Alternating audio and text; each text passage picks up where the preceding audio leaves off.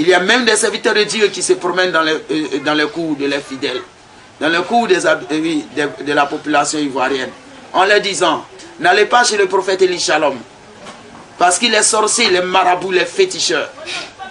Dieu n'a pas dit de soigner avec des plantes. Dieu n'a pas dit d'utiliser des plantes pour soigner. C'est la sorcellerie. Et tous me dénigrent nuit et jour. Que ce soit Nobé à Bécan, que ce soit Radio Espoir, que ce soit Radio Fréquence Vie, etc., qui donnent de faux enseignements et induisent la population ivoirienne en erreur.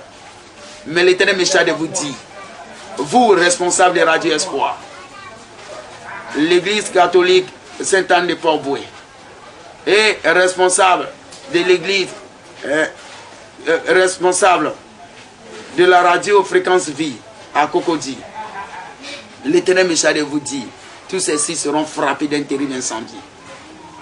Bientôt. Apprêtez-vous. Réunissez tous les serviteurs de Dieu de la terre. Réunissez tous les pasteurs. Réunissez tous les prêtres pour prier. Mais la prophétie va se réaliser. Parce que je suis le même prophète Élie de l'Ancien Testament.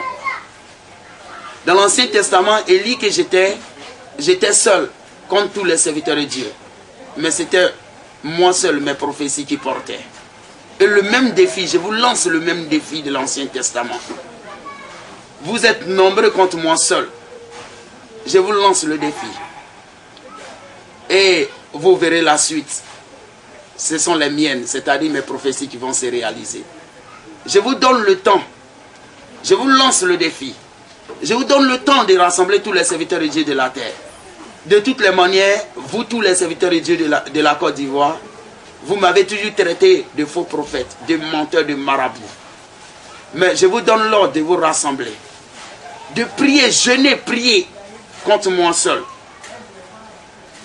Et le même défi de l'Ancien Testament reprend.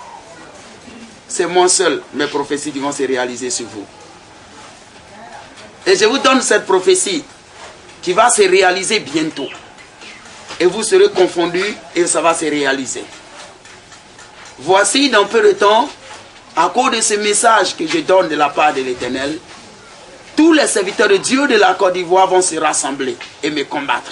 Cette prophétie va se réaliser, que vous le voulez ou non, ça va se réaliser. Et tous vont se rassembler contre moi. Et aller jusqu'à me porter plainte au palais de justice. Ils seront nombreux contre moi seul. Et sans exception. Contre moi seul. Et même l'armée se rangera de leur côté. Et tous les membres de justice, tous les responsables de la justice, les magistrats, etc., se rangeront de leur côté. Et cette prophétie que je vous livre en tant que serviteur de Dieu, écoutez-la bien. Elle va s'accomplir dans peu de temps. Tout corps de religion. Mais ce que vous ne savez pas, c'est la prophétie qui est lancée et elle va s'accomplir. Je n'ai rien contre quelqu'un. Mais l'Éternel a quelque chose contre vos pratiques fétichistes. L'Éternel a quelque chose contre votre pratique pour l'amour d'argent. L'Éternel a quelque chose contre vos mensonges, les fausses prophéties que vous livrez à vos fidèles. L'Éternel a quelque chose contre votre esprit d'escroquerie. Et l'Éternel vous demande d'arrêter cela. L'Éternel vous demande de vous repentir. L'Éternel vous demande d'arrêter le fétichisme. Et l'Éternel me charge de vous dire ce matin, peuple ivoirien, tout ce qui est serviteur de Dieu anglophone d'Afrique, surtout Ghanéen, Nigérian, Sierra-Léonais, etc., même Congolais, Togolais, Béninois, l'Éternel me charge de vous dire, méfiez-vous-en. Depuis le premier jour, l'Éternel a dit, il ne peut jamais avoir un serviteur de Dieu ghanéen, nigérien, etc., sans qu'il y ait des fétiches. Je sais que ce message que je livre ce jour de la part de l'Éternel, je vais avoir les conséquences, mais je les assume. Parce que l'Éternel, mon Père, me dit, il ne voit pas quiconque pourra se dresser contre ma vie pour toucher à la moindre mèche de mes cheveux. Et que celui qui ne croit pas, qui s'élève, Parce que vous les Ivoiriens, et vous les humains sur toute la terre entière, vous n'aimez pas la vérité. Quand on vous annonce la vérité, automatiquement, vous vous dressez contre la vie de ces personnes. Mais cette fois-ci, si réellement vous êtes garçon, comme on le dit communément, si réellement vous avez de la ténacité, de l'ardeur, du courage, dressez-vous contre moi. Et vous saurez que le ciel existe. Je vous lance le défi. Que ce soit même le président Gbagbo, je te dis, c'est toi qui diriges les escadrons de la mort.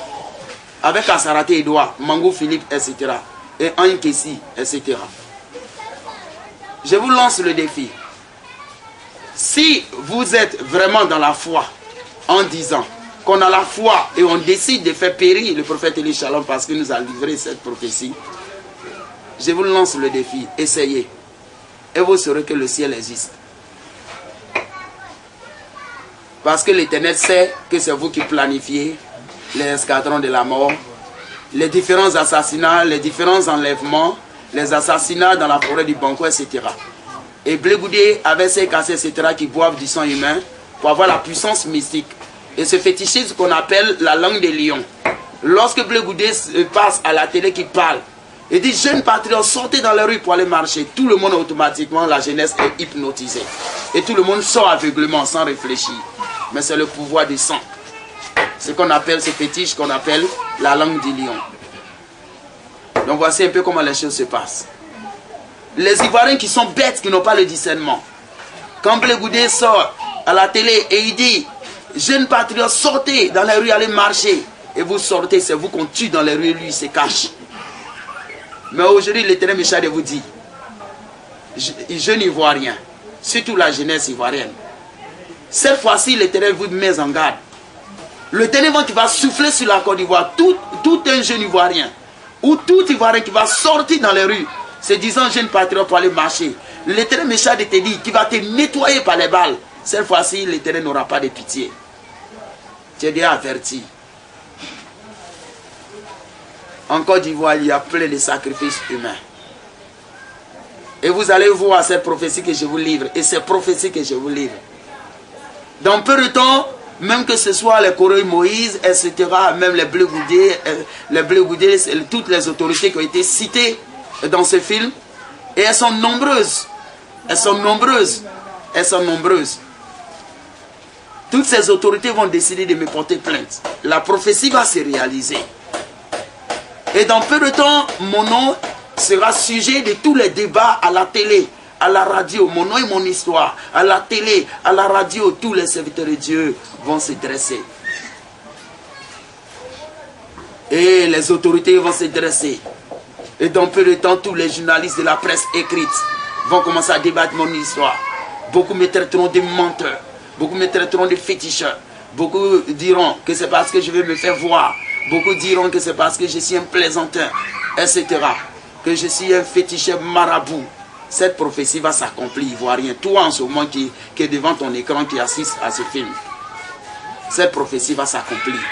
C'est la raison pour laquelle, Ivoirien que tu es, ou même que tu sois étranger, partout dans le monde entier, je te dis que tu seras témoin bientôt de l'histoire. Parce que toutes ces prophéties que j'annonce dans ce film de la part de l'Éternel vont s'accomplir dans peu de temps. Il faut que tu sois témoin. C'est la raison pour laquelle je te demande, Ivoirien ou étranger que tu sois, ou humain, habitant de la terre, partout où tu te trouves, que ce film soit la preuve de témoignage pour toi. Voici un peu ce qui va arriver dans peu de temps. Et la Côte d'Ivoire va bouillonner sur mon histoire. Les touristes arriveront de partout du monde entier. Comme je vous le disais, à cause de mon histoire, et l'aéroport Houphouët-Boigny sera petit pour recevoir le monde. Et il n'y aura pas même de piste d'atterrissage, tellement les avions seront nombreux. Et les avions vont inonder l'aéroport Houphouët-Boigny, uniquement pour venir connaître mon histoire. Et comme je vous le disais tantôt, que ces lieux où je prie, ici à Port-Boué, seront le plus grand lieu de pèlerinage au monde. Les touristes arriveront de partout. Et quelques années plus tard, à cause de mon histoire dans cette nation, le retour du prophète Élie tel que je suis, les touristes, les investisseurs vont bâtir assez de grands hôtels, assez de complexes hôteliers. Vos enfants qui